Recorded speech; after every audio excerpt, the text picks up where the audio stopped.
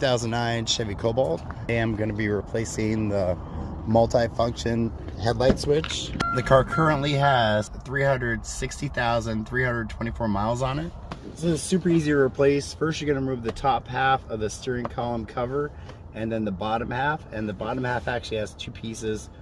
This has a few bolts on the bottom, and the top half just pulls off.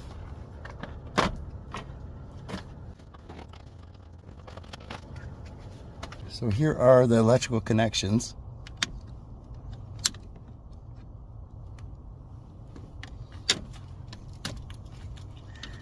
And this we push down on.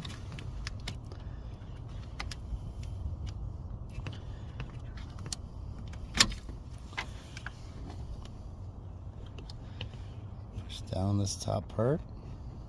And the whole thing just pulls right out.